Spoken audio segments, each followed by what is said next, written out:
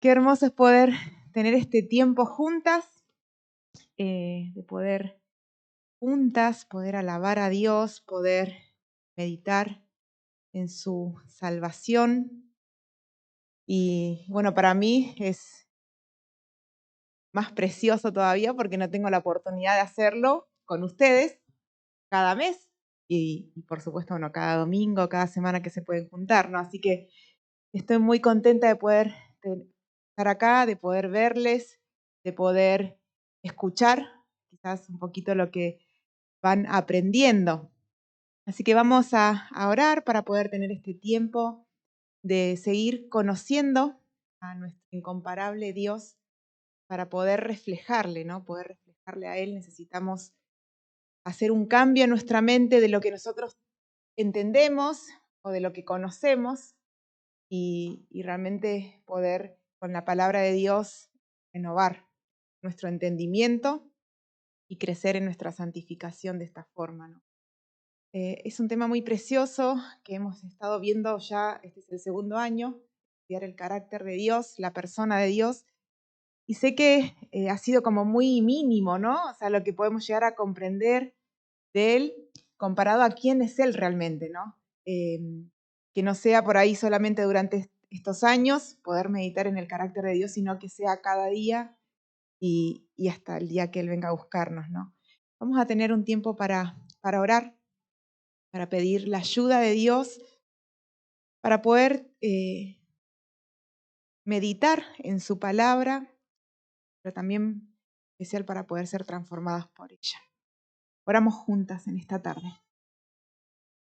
Amado Dios, queremos, Señor, presentarnos una vez más delante de ti, haciendo uso de este precioso medio que es la oración, para expresarte, Señor, con nuestras palabras, primeramente que estamos agradecidas, que solamente es por tu amor, por tu gracia que hoy podemos estar acá.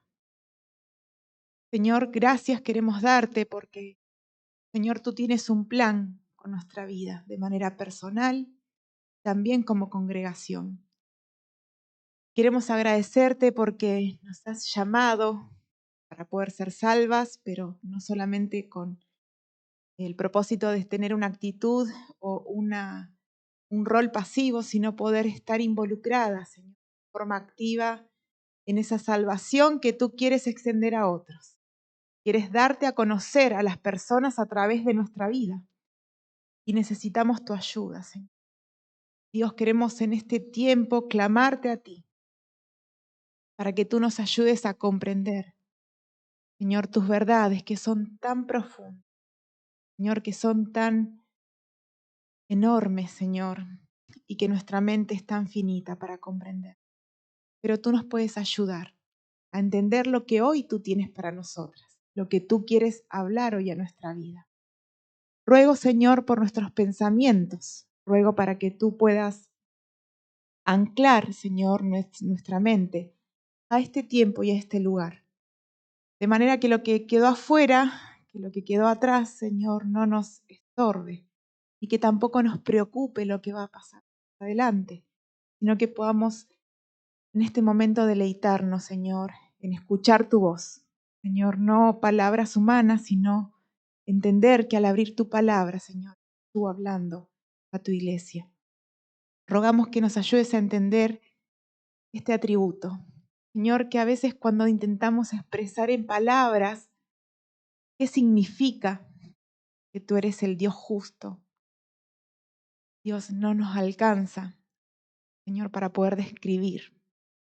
Pero hoy, Señor, que tú, por medio de tu Espíritu Santo, por la tercera persona de la Trinidad, tú puedas abrir nuestro entendimiento, ayudarnos a comprender realmente qué significa esto. Y cómo esto, Señor, entender, Señor, que tú eres justo, que tú haces justicia y juicio, Señor, pueda modificar nuestra vida, pueda alterar nuestra vida, pueda transformar nuestra vida. Que personas puedan verte a ti, Señor, a través, Señor, de nosotros. Queremos agradecerte, Señor, por darnos tu palabra de una manera libre para poder abrirla y rogarte que la podamos abrazar y amar, no solo en este momento, sino cada día. Agradecida, Señor, oramos esto en el nombre de Jesucristo. Amén. Bueno, ha sido un tiempo bastante especial de preparar este tema. No es fácil estudiar los atributos de Dios y quizás algunos son más lindos que otros, ¿no? Por decirlo de una forma, como que algunos son como más especiales o como que uno busca más quizás entenderlos que quizás otros, ¿no? Por ejemplo, en el mes pasado estudiamos en cuanto al atributo de que Dios es amor, amoroso. Y es un atributo que escuchamos muchísimo, hasta quizás podemos llegar a escucharlo en un ambiente que no sea la iglesia, ¿no? Porque ¿quién no ha expresado en algún momento de su vida, aún sin el Señor, que Dios es amor?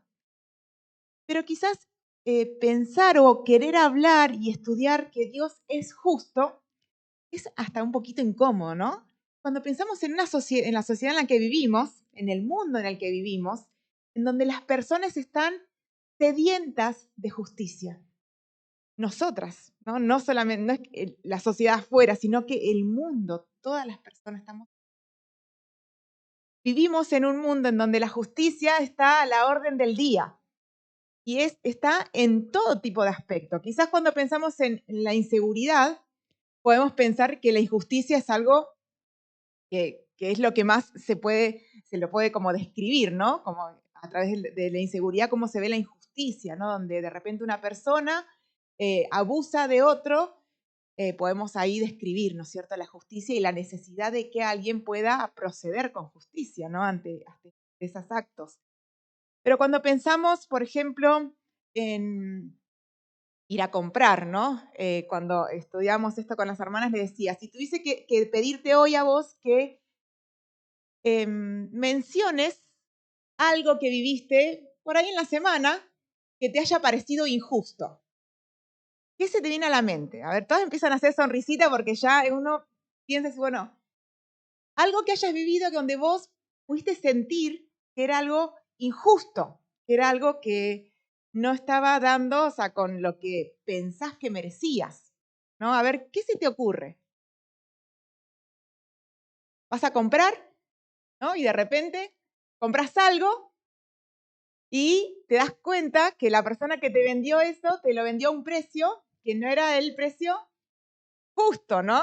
O de repente, no sé si les ha pasado de ir a la verdulería, que ahí es donde uno más comprueba la injusticia al momento de comprar, que vos comprás una fruta, ¿no? Una verdura, y la pagás y decís, bueno, necesito comer saludablemente, así que lo voy a pagar. Y es justo pagar, ¿no es cierto?, por algo que te va a hacer bien. Pero de repente llegas a tu casa, abrís la bolsa, comenzás a lavar la fruta y la verdura, te das cuenta que la mitad de lo que te vendió estaba podrido. ¡Qué injusto! Te robó sin arma, ¿no? Peor todavía.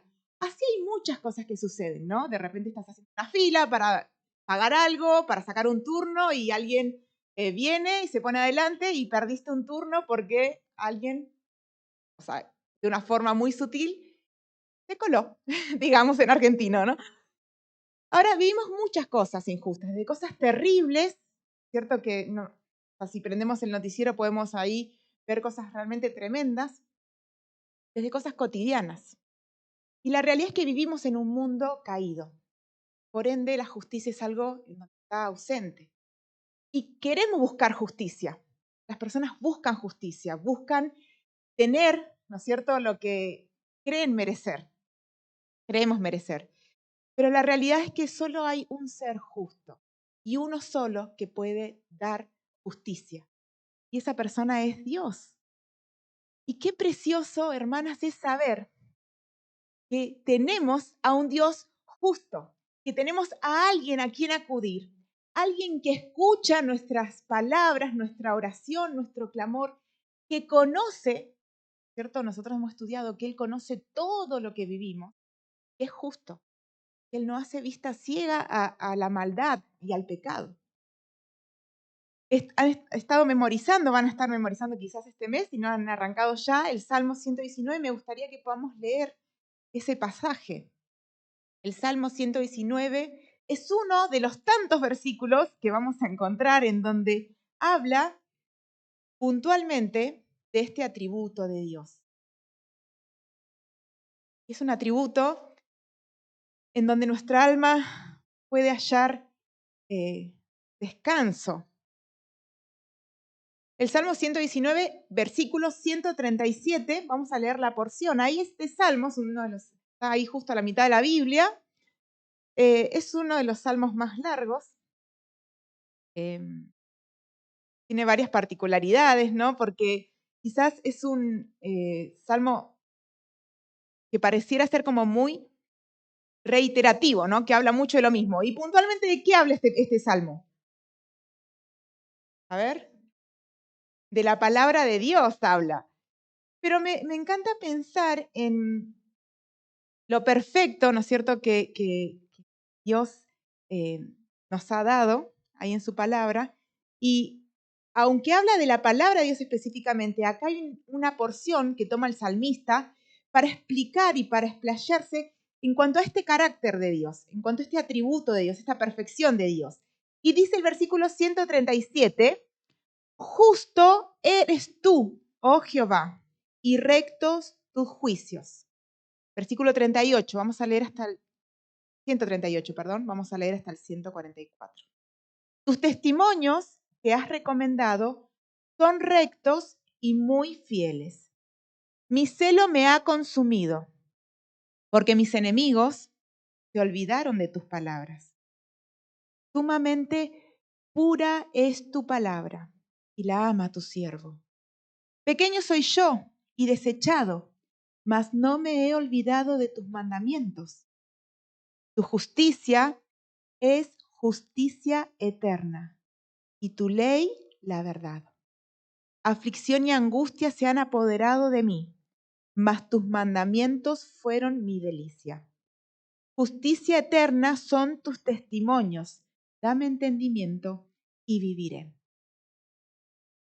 Quiero, antes de explicar un poquito estas palabritas que tienen que ver con el Dios justo, es mencionarles, o sea, que es difícil por ahí pensar en que hoy podríamos estudiar todo lo que se puede decir de la Biblia o todo lo que es el Dios justo, ¿no? Y la forma en la que Él lleva a cabo esta parte de su perfección, que es a través de la justicia y de sus juicios.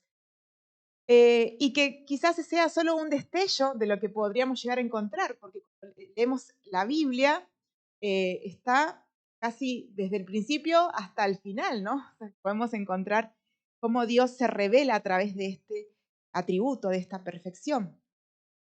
Entonces no vamos a ver todo lo que podríamos ver, pero vamos a tratar de ver aspectos puntuales que nos pueden ayudar a meditar en este atributo. Primero es que solamente Dios es justo, ¿sí?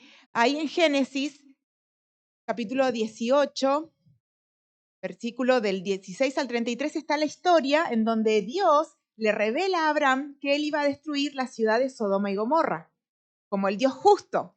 Y así es como Abraham lo menciona. ¿Alguna hermana puede leer el versículo 25?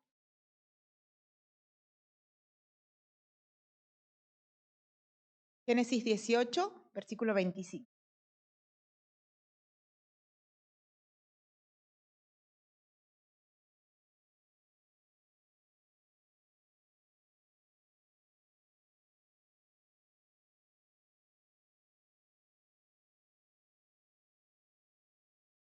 Es una historia bastante interesante y para que la puedan leer luego de estar meditando el día de hoy y van a ver la osadía que tiene Abraham para hablarle a Dios, ¿no?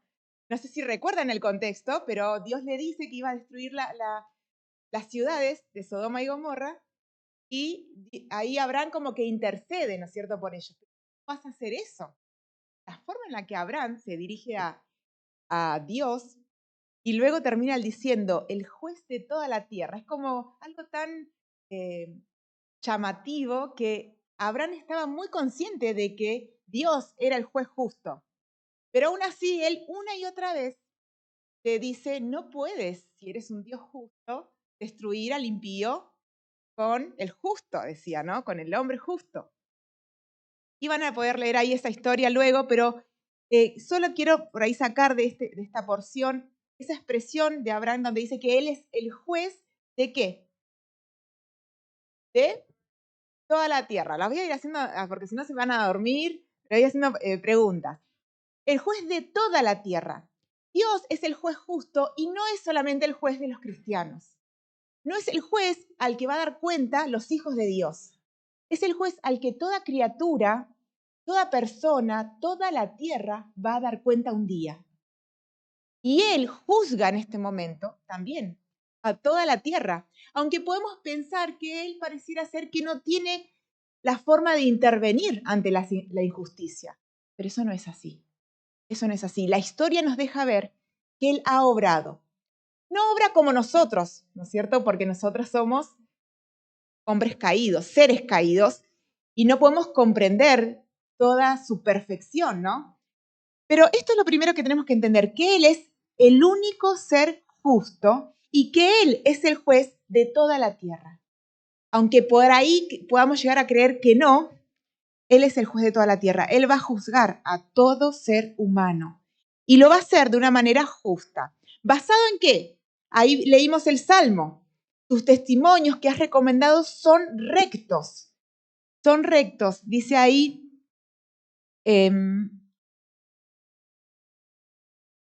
versículo 142 del Salmo. Tu justicia es justicia eterna y tu ley la verdad.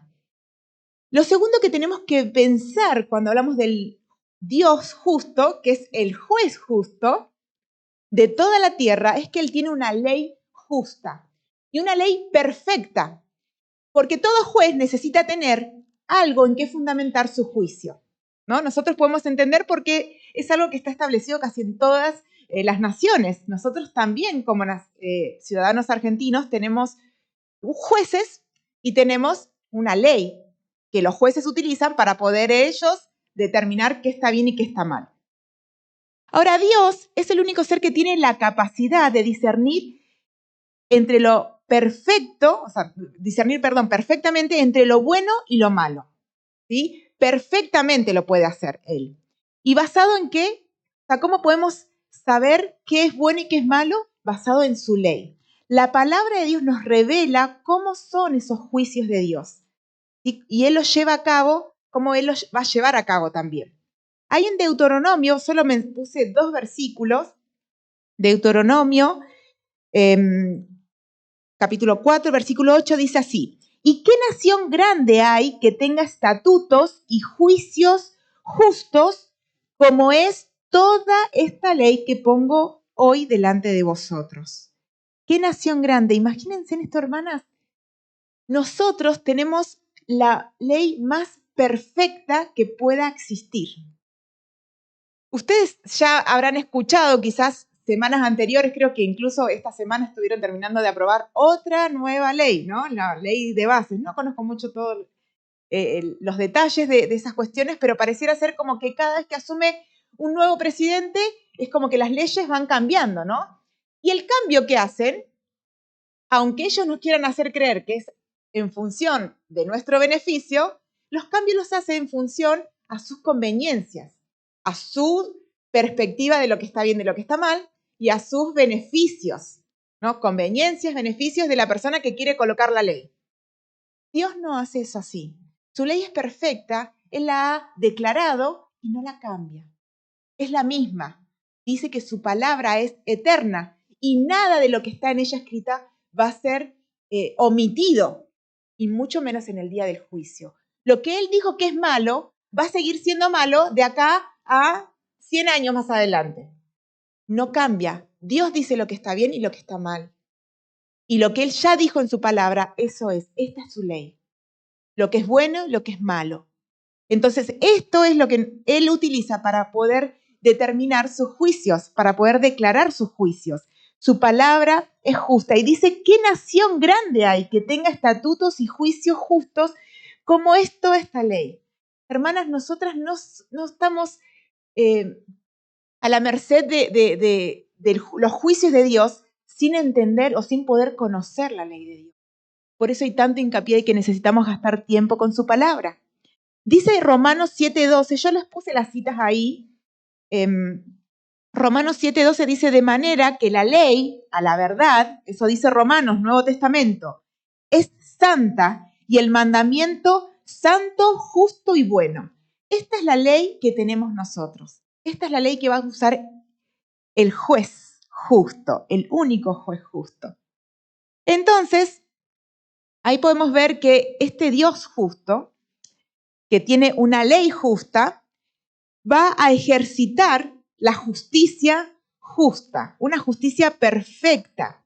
Va a llevar a cabo. Él es la persona que puede hacerlo, ¿no? Y que puede incluso saciar, dice ahí en una de las bienaventuranzas, ¿no? Bienaventurados los que tienen sed de justicia, porque ellos serán saciados. Dios puede saciar esa sed que tenemos de justicia. Les voy a leer yo, no hace falta que lo busquen, el Salmo 9:4 dice, porque has mantenido mi derecho y mi causa. Te has sentado en el trono juzgando con justicia. Él no es un juez de título, él es un juez que obra con justicia, que lleva a cabo una justicia. No decimos que él es justo solo porque sabe lo que es bueno y lo que es malo, sino porque también él actúa acorde a este carácter, llevando a cabo su justicia. El Salmo 99:4 dice, y la gloria del rey ama el juicio. Tú confirmas la rectitud. Tú has hecho en Jacob juicio y justicia. Él hace juicio y justicia en cada ser de este mundo, en nosotros. Cuando Él aplica su justicia perfecta, las personas pueden pensar que Dios está siendo injusto, podríamos pensar, ¿no? Saben que muchas veces cuando miramos la necesidad de justicia en otro, ¿no es cierto? Hasta podríamos llegar a anhelarla y deleitarnos, ¿no? Cuando se logra hacer justicia, ¿no? De repente cayó preso aquel que andaba haciendo estragos, robando, matando. Pero quizás cuando Dios tiene que juzgarnos a nosotros, o darnos, ¿no? Porque juzgar significa esto, ¿no? Dar lo que merecemos acorde a la ley. Ahí podríamos decir, Dios está siendo un poco injusto, me parece. Esto es más de lo que yo merecía, o es menos de lo que yo tendría que tener. Y es fácil por ahí tener esa confusión en nuestra mente, por eso es importante conocer la palabra de Dios, ¿sí? Hay dos cositas técnicas que quiero mencionarlas, las puse en su apunte para que después las puedan leer más tranquilas en su casa también. Pero es que hay dos aspectos de la justicia de Dios.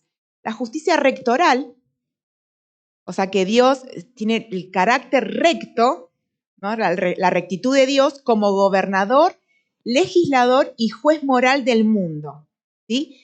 Quien impone la ley con promesas y castigo.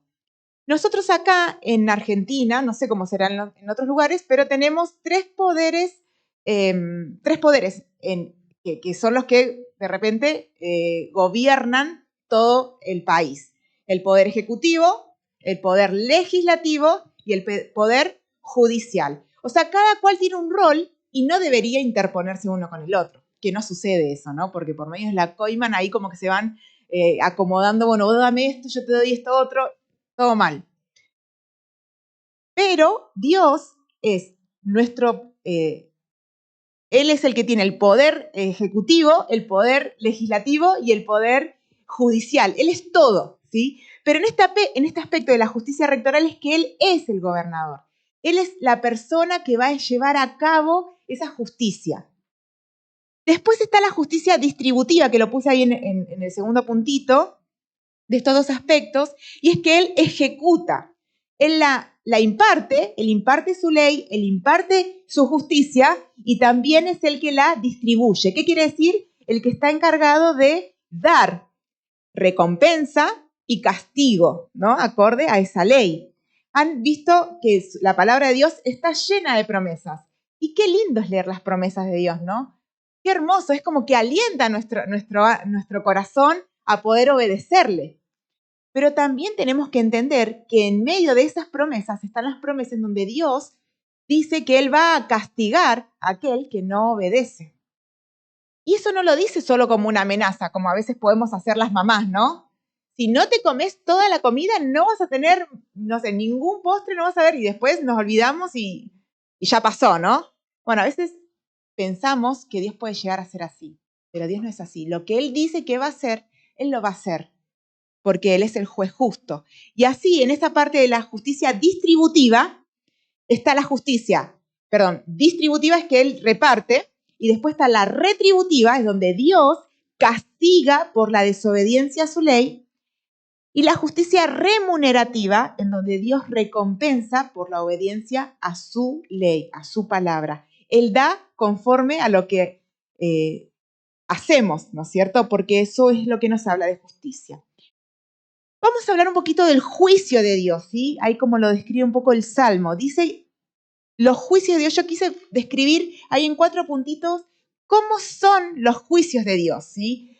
El veredicto, la sentencia que Él da luego de que somos llamados a comparecer delante de Él, el juez justo que sabe todo, ¿no? Que me faltó mencionar, pero ya lo han escuchado varias veces a lo largo de este tiempo que estudian las perfecciones de Dios, es que las perfecciones de Dios son un todo, no se pueden separar, ¿no? Si Dios es amor, Él es amor, pero es justo al mismo tiempo. Es amoroso y justo. Es bondadoso y justo.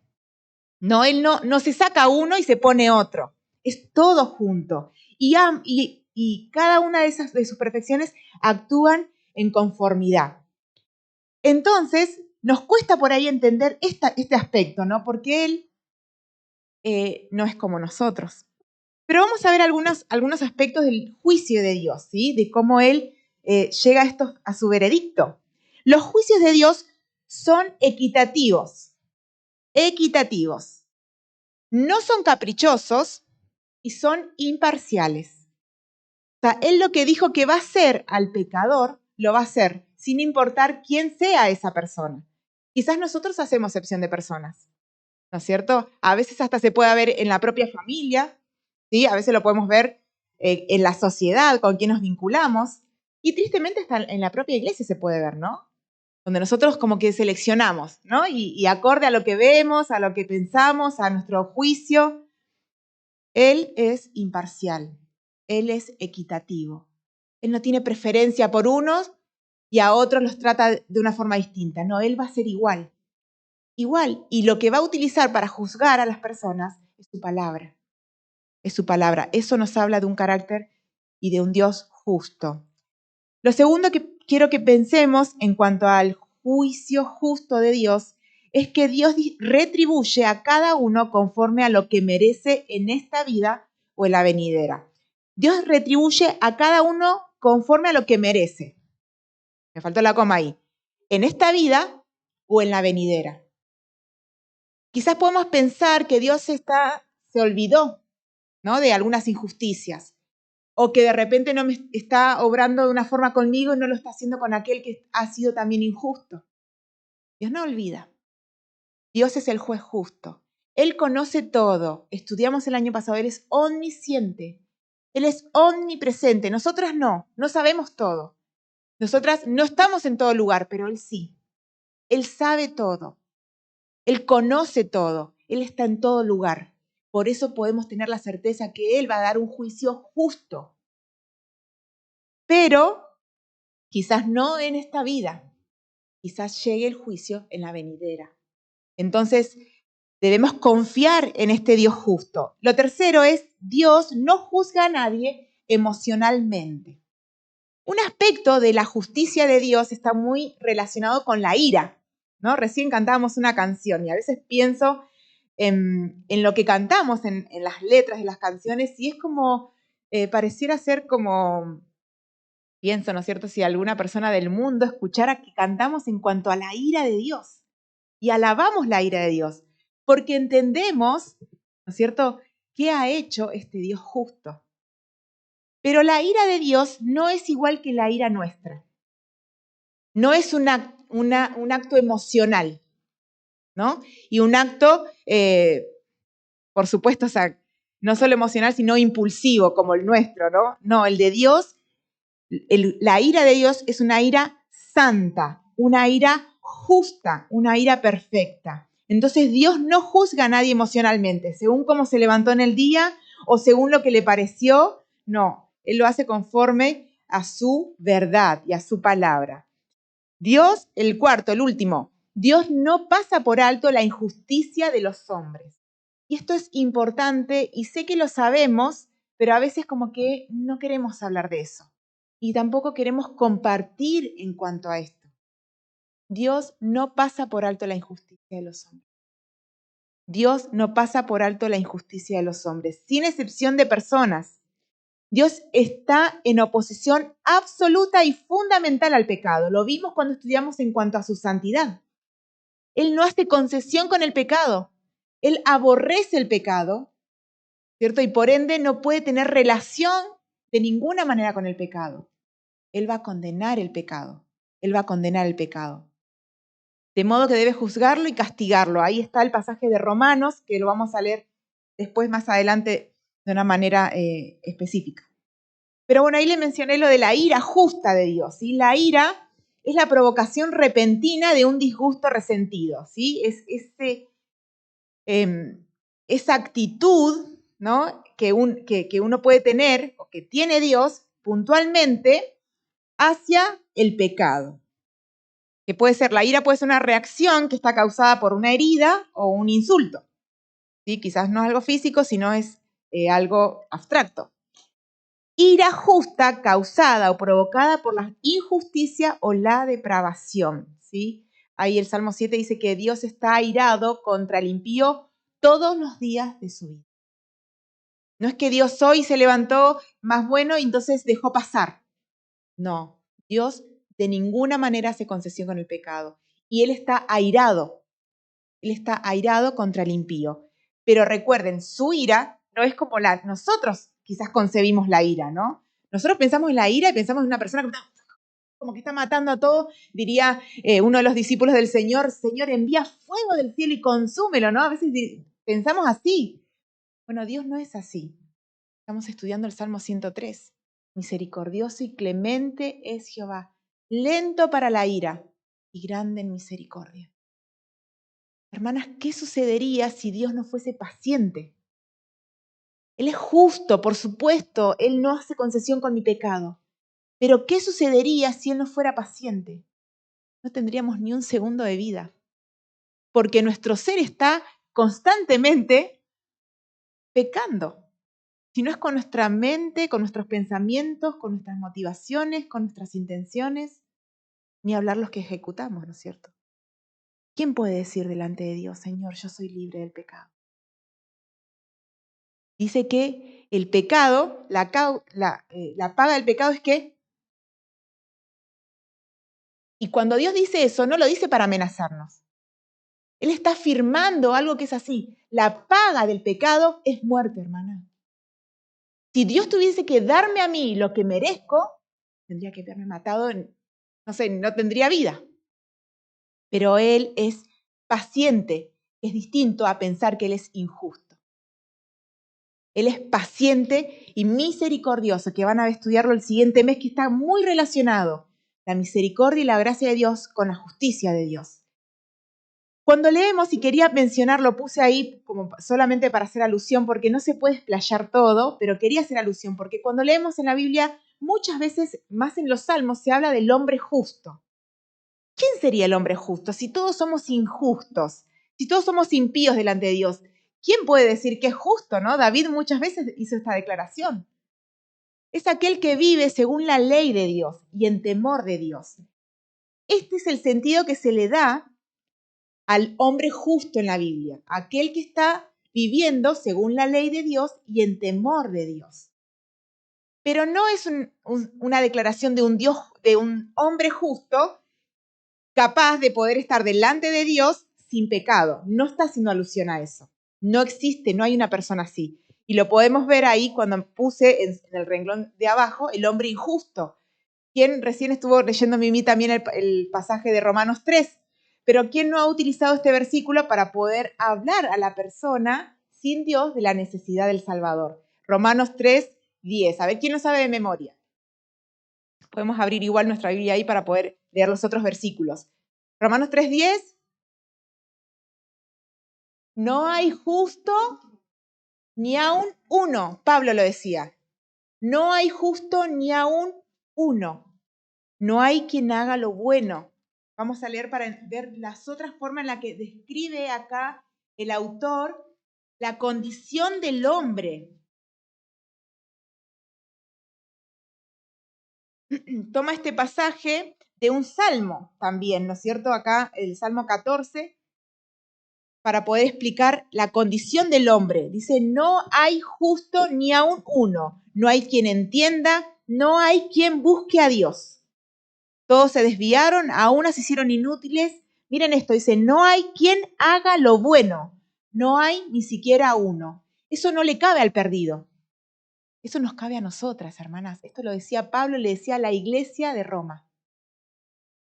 No, nosotras no somos justificadas por Dios por nuestras obras.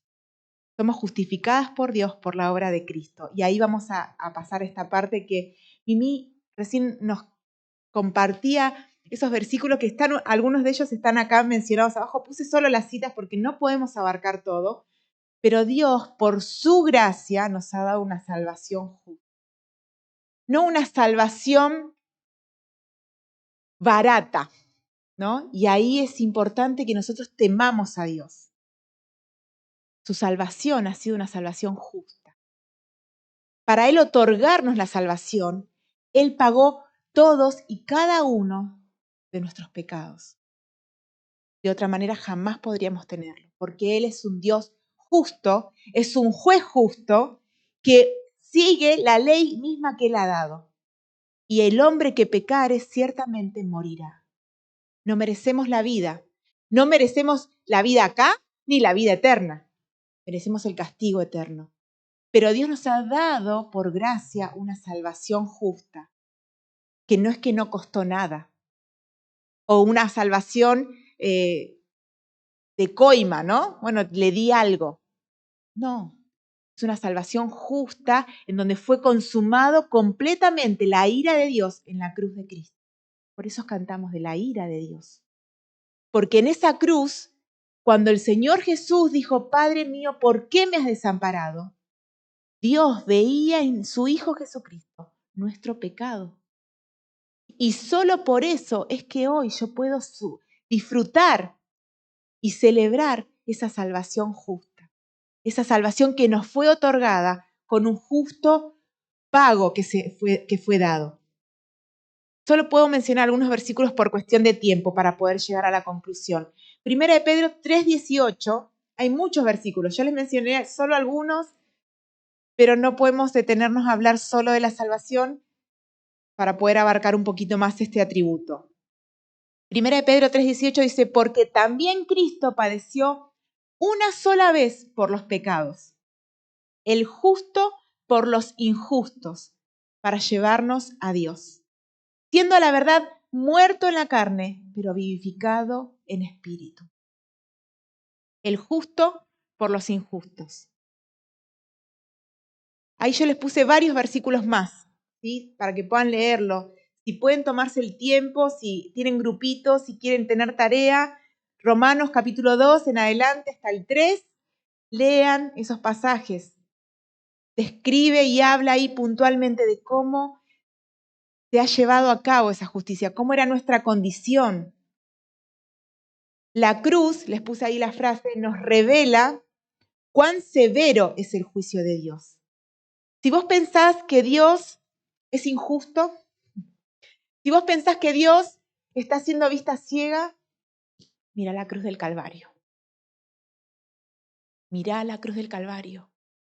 Ese es el pago por los pecados y no hay más. No hay nada más, porque ha sido el justo por los injustos. Solamente Dios nos puede revelar ese precioso evangelio. Gálatas 2:16 dice, sabiendo que el hombre no es justificado por las obras de la ley. No son las cosas buenas que vos hacés. Dios nos da recompensa, porque son sus promesas, pero no me justifica ante Él. Solamente puedo ser justificado, dice ahí Gálatas 2:16, sino por la fe de Jesucristo. Nosotros también hemos creído en Jesucristo para ser justificados por la fe de Cristo y no por las obras de la ley. por cuanto por las obras de la ley nadie será justificado. Es importante meditar en esto. Puede llegar a ser confuso, ¿no? Por eso ahí quise mencionar el hombre justo, el hombre injusto. Nuestra condición delante de Dios para salvación es que éramos injustos. Solo somos declarados justos por medio de la obra de Cristo, por la justicia de Cristo. Toda la carta de Romanos se toma el tiempo ahí, Pablo, de describir, ¿no? No solamente cómo obra la justicia, sino también el efecto de ella en nuestra vida. Pero vamos a ir a la parte de la conclusión. Miqueas, capítulo 6, vamos a ir todas juntas allí. Cómo esto tiene que repercutir en mi vida.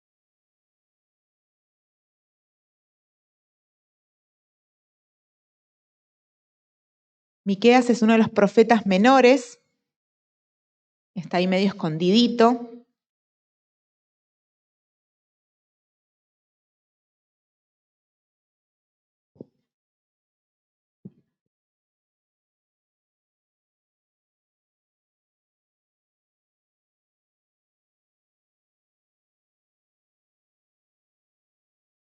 Vamos a leer el versículo 6 del capítulo 6.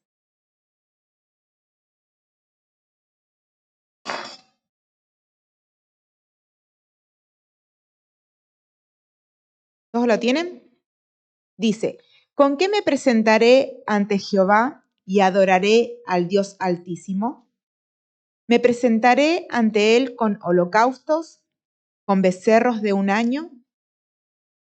¿Se agradará Jehová de millares de carneros o de 10,000 arroyos de aceite? ¿Daré mi primogénito por mi rebelión, el fruto de mis entrañas por el pecado de mi alma? Cuando pensamos en cómo era la forma de justificación en el Antiguo Testamento, sabemos que era por medio de sacrificio, ¿no? Por medio de lo que las personas llevaban. No solo, por supuesto, su vida debía estar en orden, sino que por los pecados que ellos identificaban, tenían que llevar un sacrificio delante de Dios, ¿no? Para poder tener esa comunión, mantener esa unión al Dios. Y en esta época de la historia habían pasado ya muchas cosas. Dios, en el principio, había elegido una persona, Abraham, de esa persona había hecho una nación, ahí con muchas promesas, y él de una manera paciente fue formando un pueblo para él. Conocemos un poco de la historia, llegaron a Egipto, ahí en Egipto de luego estar de esclavos, Dios los saca con la promesa de llevarlos a la tierra prometida. Estando en la tierra prometida, ellos clamaron a Dios por un rey, ¿no? No estaban conformes con tener solo a Dios, querían ser igual que las naciones. Y esos reyes llevaron a la nación a la ruina, los reyes que llegaron a tener.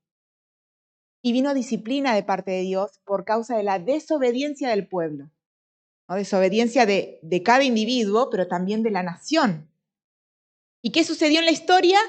La nación es llevada cautiva. Una parte de la nación, que es dividida como consecuencia de la desobediencia de la nación, se divide el reino, y una parte del reino es extinguido prácticamente por los asirios, y otra parte llevada cautiva. Y Dios promete traerlos nuevamente. Y en esta parte de la historia nos encontramos, en las promesas de Dios, ¿cierto? De volverlos a traer. Ellos añoraban, este pueblo había perdido la posibilidad de tener el templo de Dios. Lo único que tenían relación ahí con Dios era ese templo, donde podían encontrarse con Dios, donde podían ponerse a cuentas con Dios. Ellos entendían que la forma de saldar la paga del pecado era por medio de ese sacrificio que ellos ofrecían. Pero todo eso había llegado a ser solo un ritual. Habían llegado a ser solamente religiosidad y habían perdido lo más importante. Hermanas, la salvación ha llegado a nuestra vida y puede ser que pasados los años, nuestra vida cristiana, que era algo que disfrutábamos, aún esa salvación que disfrutamos, puede llegar a convertirse en algo religioso, algo monótono y superficial.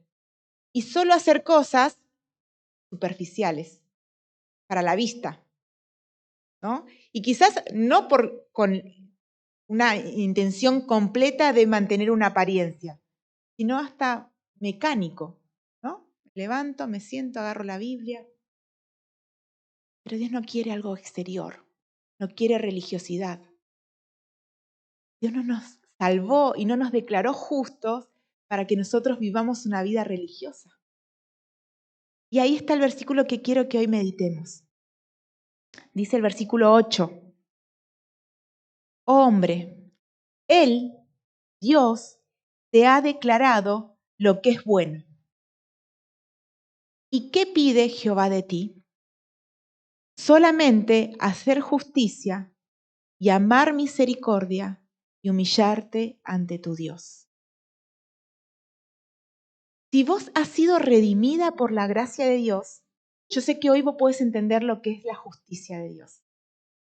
Yo sé que vos hoy podés entender que no es tu obra. Yo sé que vos podés entender, si te has apropiado de la salvación, que no es tu mérito, no es tu esfuerzo, no es tu religión, es la gracia de Dios. Pero también sé que podés hoy, por la gracia de Dios, hacer cosas buenas, porque dice que Dios preparó de antemano obras, ¿para qué? Para que andemos por ella. El mes pasado estuvimos estudiando en cuanto al Dios amoroso y el Dios bondadoso. ¿Y de qué nos habla eso? De que ese Dios de amor, no solamente Él dijo que nos amaba, sino que también Él obró. Entonces, hoy debemos hacer obras, pero no de manera religiosa, o no debemos llevar una vida religiosa, moralmente buena, ¿no? Me mantengo con mi esposo, cuido a mis hijos, sino que lo que Dios espera, que yo viva la vida que Él me ha dado, las obras que Él ha preparado, que no tienen que ver con religión. Eso es la justicia de Dios. Tienen que ver con el sentido que le pongo a las cosas que yo hago. ¿Por qué las hago? La motivación con las que las hago. ¿Me ocupo de alguien que está en necesidad? ¿Por qué? ¿Para recibir un beneficio de esa persona? ¿O porque entiendo que Dios espera eso de mí? ¿Me sacrifico para que las personas puedan alabarme? ¿O lo hago para imitarle a Él, sin esperar ser vista? Dice ahí el versículo, las palabras que utiliza. Él te ha declarado lo que es bueno. Vos debés identificar lo que está, quizás, ya te digo, moralmente puede haber cosas que son correctas y exteriormente sin poder juzgarlas. Pero vos sabés lo que pide Dios de ti. Dice, solamente hacer justicia y amar misericordia y humillarte ante tu Dios. Yo puse una preguntita ahí en la parte de conclusión. ¿De qué cosas me tengo que alejar si quiero vivir una vida justa e imitar a Dios? ¿De qué cosas me tengo que alejar? De la inmoralidad en todo su sentido.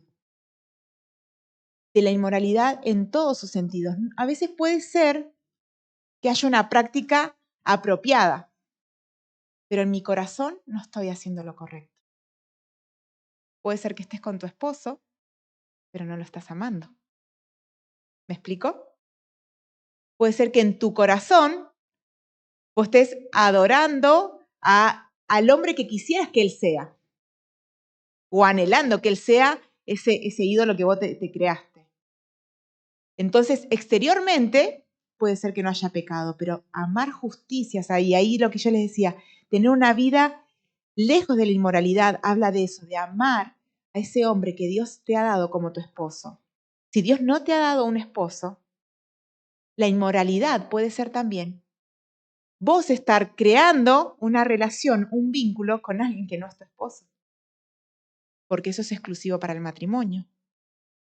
Y no solamente pensando en lo sexual o en este tipo de vínculo, ¿no? Con el sexo opuesto, sino también en aquellas cosas que no son como la ley de Dios lo describe.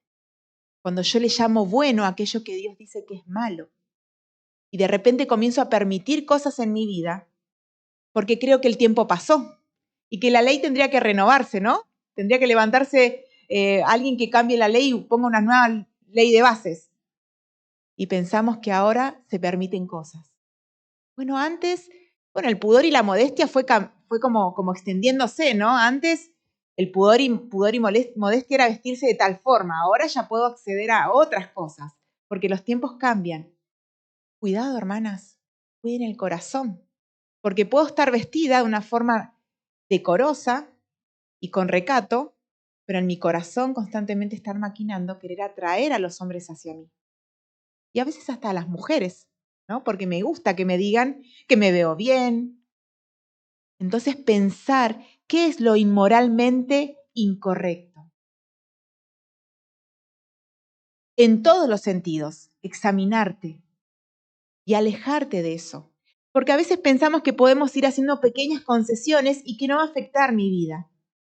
Cuando yo pienso en la ciudad de Sodoma y Gomorra, yo creo que ellos jamás imaginaron que llegarían a ser lo que fueron. Vemos hoy la sociedad, ¿no? Las cosas que se permiten, las cosas que se aprueban.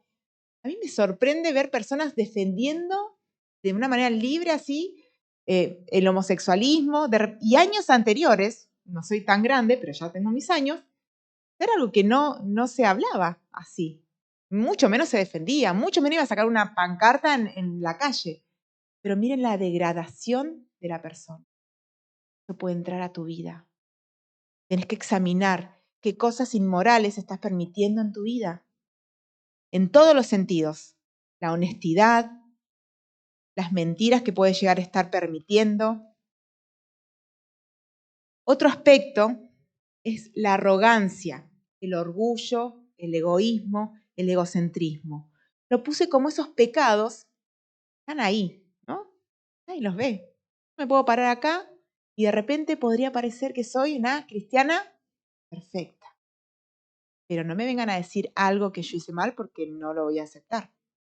Nadie me puede a mí instruir. Yo soy la única que puede decir cómo crió a mis hijos. Yo soy la única que puede decir qué ropa me tengo que poner o qué no. Orgullo. Orgullo. O yo soy la que tiene la mejor idea, la mejor opinión, la mejor manera de hacer algo, la mejor receta, ¿no? Orgullo. Eso se levanta de una manera silenciosa en nosotros y hace un muro.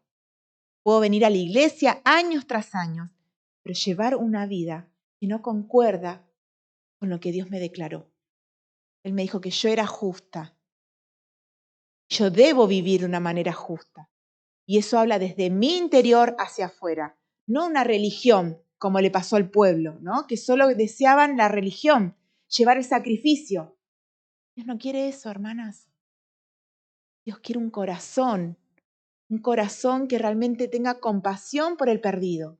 Voy a evangelizar solo si me dicen que tengo que salir, pero me olvido, ¿no? O pido oración por aquel perdido porque es parte de mi familia, pero no tengo compasión por el perdido que no conozco.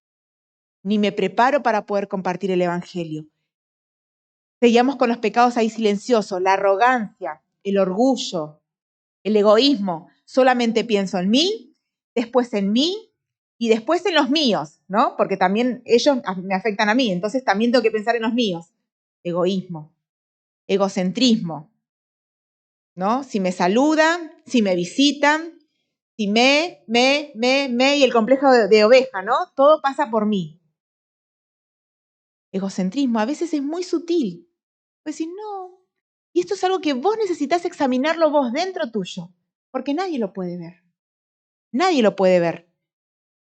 La pereza, el ocio, una vida en busca constantemente solo de placeres, ¿no? Del bienestar. Trabajo y me esfuerzo, gasto todo mi tiempo, mi vida, mi esfuerzo para tener cosas materiales, para estar bien yo, para poder salir de vacaciones. Y todo gira en función a eso, a mí, al ocio. Hay una cultura que constantemente fomenta esto, ¿no? Los viajes, el placer, la distracción. Cuidado, hermanas. Nuestra vida tiene propósito y propósitos eternos. Hay recompensa de todo el esfuerzo que nosotros hacemos acá. Dios nos ha prometido recompensas en la eternidad. Pero hay que trabajar, hay que renunciar, hay que hacer tesoros en donde ni el orín ni la polilla lo corroen. Allí hay que hacer tesoros, no acá en la tierra. Nada de lo que tenés en tu casa te vas a llevar. Nada. La pereza, el ocio, son cosas que están ahí muy sutiles. Solamente vos podés saber en qué desperdiciás o invertís tu tiempo.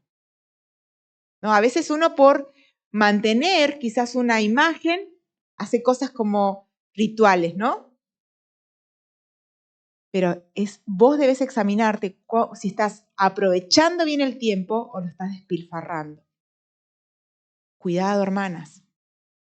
Y por último, ahí que es sumamente importante, la falta de sensibilidad al pobre y al necesitado. Hacer justicia tiene que ver con dar mi vida para suplir las necesidades del otro. Qué apropiado escuchar en cuanto al hospedaje, ¿no? Que claro, ahí mencionaban qué significa hospitalidad. Dar mi vida por el otro. Específicamente la palabra de Dios hace un énfasis de los misioneros. Qué fácil es gastar cierta cantidad de dinero en algo que te trae un beneficio, ¿no? Y a veces ni lo dudamos y lo ahorramos quizás. Pero al momento de tener que apartar el dinero para la ofrenda, es algo entre vos y Dios. Y no es que Dios tenga necesidad. Dice ahí el pasaje de Miqueas, ¿con qué me presentaré? No necesita. Él no necesita tus ofrendas. Él hace así, puede suplir toda la necesidad. Hermanas, Dios nos invita a ser parte de la obra eterna. No es solo dar por dar, sino es dar sabiamente para atesorar en la eternidad. Suplir las necesidades de los necesitados con el fin de que el Evangelio sea extendido. No somos una asociación de beneficencia, ¿no? Y hacemos comedor y hacemos, ¿no? Llamamos al pobre, porque si hacemos eso, imagínense, ni el Señor Jesús cuando vino a la tierra pudo suplir toda la necesidad que había de hambre. ¿No es cierto? Dio de comer a personas y después de unos días, ¿qué pasó con esas personas? Volvieron a tener hambre. Porque el fin no es la beneficencia. El fin es la obra y el reino de Dios sea extendido y que más personas lleguen al conocimiento de Dios. Cuando hacemos algo, tiene que ser con el propósito de que el reino de Dios sea dado a conocer, sea extendido. Quizás no puedes ir vos, pero puedes ayudar y sostener a alguien que está haciéndolo. Quizás puedes sostener a alguien que está ocupado en esa tarea, ¿no? De seguir dándole a conocer al Señor y sosteniendo a aquellos que le conocen. Falta de sensibilidad al pobre, al necesitado. Y para terminar, quiero hacer un llamado ahí en Romanos, capítulo 2. Luego lean todo ese pasaje, a examinarnos.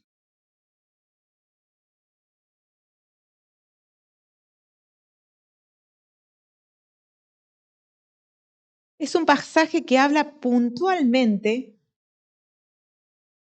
en cuanto a nuestra condición delante de Dios ante la salvación. ¿En qué estás descansando o en qué está descansando tu salvación? ¿Por qué crees que sos cristiana? ¿Por qué crees que sos aprobada delante de Dios? ¿Por los sacrificios que estás trayendo ante Él? ¿O por qué? ¿En qué está descansando tu alma? Dios quiere que vos entiendas qué es lo que Él has hecho y que eso sea tu motor para hacer todo lo otro, ¿no? Para actuar y no al revés. No que vos hagas para poder tener, porque no somos capaces de hacer de manera que Él pueda llamarnos justas. Él lo ha hecho. Dice el versículo 4 en adelante del capítulo 2 de Romanos: ¿o menospreciáis las riquezas de su benignidad, paciencia y longanimidad? Es una pregunta retórica. ¿Menospreciás? ¿Estás menospreciando? Cuando vos te aferrás, te apoyás en tu justicia, vos estás teniendo esta actitud de menospreciar las riquezas de su benignidad, la bondad de Dios, su paciencia, su longanimidad, ignorando que la benignidad de Dios te guía al arrepentimiento. Él es el que te vuelve a Él. Pero por tu dureza y por tu corazón no arrepentido, ¿sabés qué sucede cuando vos te plantás en tu orgullo de creer que vos podés por vos misma y no aferrarte a la gracia de Dios?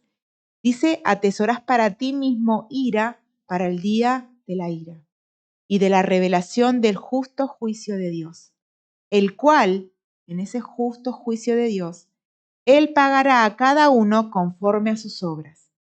Vida eterna a los que perseverando en bien hacer buscan gloria y honra e inmortalidad, pero ira y enojo a los que son contenciosos y no obedecen a la verdad, sino que obedecen a la injusticia.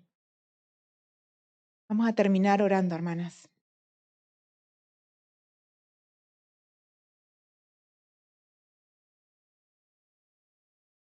Somos llamadas a vivir una vida justa, pero no con el propósito de alcanzar lo que solo Dios pudo darme y puede darte por gracia.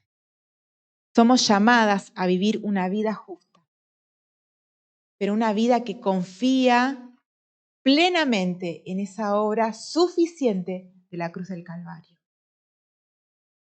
Somos llamadas a vivir una vida consecuente a esto que hemos recibido por gracia.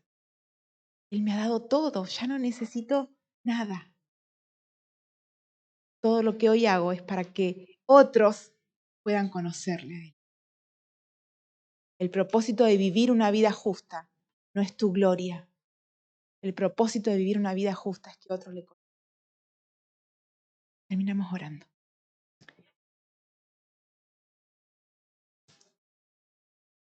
Dios justo,